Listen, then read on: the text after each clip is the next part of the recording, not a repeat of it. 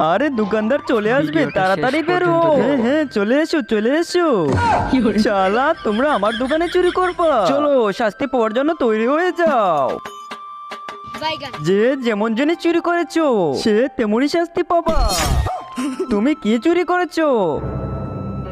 এই যে brush. Brush?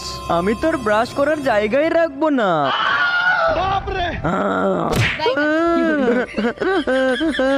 তুই কি চুরি করেছিস? গড়ি। গড়ি? আমি তোর গড়ি পরার হাতই রাখবো না।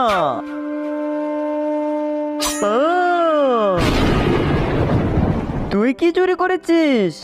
কিছু না ভাই। কি চুরি করেছিস?